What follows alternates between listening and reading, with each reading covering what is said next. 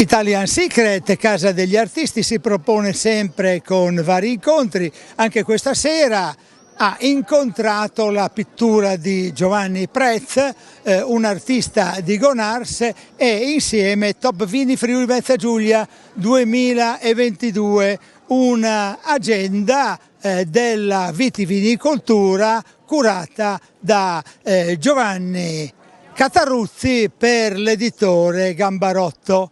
E abbiamo qui con noi questa sera, in questo prezioso incontro, uno dei rappresentanti maggiormente significativi della cultura nella nostra regione Friuli Venezia Giulia, il professor Paride Carnielutti, che ha rivestito molti incarichi istituzionali nella provincia e nella regione, e a lui vorrei chiedere che cosa ne pensa di questi incontri che si svolgono in questa Casa degli Artisti, che è veramente un luogo dove si vuole riproporre la cultura e una riflessione che non sia esclusivamente cittadina o friulana, ma in senso ben più ampio.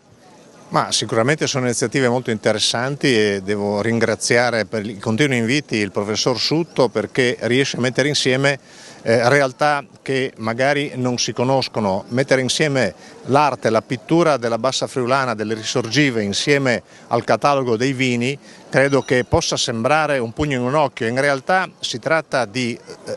il vino è un'arte, la pittura è un'arte, sono due forme artistiche che dialogano, anzi in questo momento credo che sia la materia più rara che c'è, il dialogo fra le persone, fra gli stati, il dialogo fra i mondi, e io credo che il mattoncino messo anche questa sera in questa direzione renda onore alla vostra associazione. Io penso che proprio di pace possiamo parlare, anche se il termine potrebbe sembrare abusato, perché con quello che sta succedendo ne parlano un po' tutti, ma la pace del vino e la pace della pittura non sono due espressioni che si coniugano perfettamente? Mi chiedo.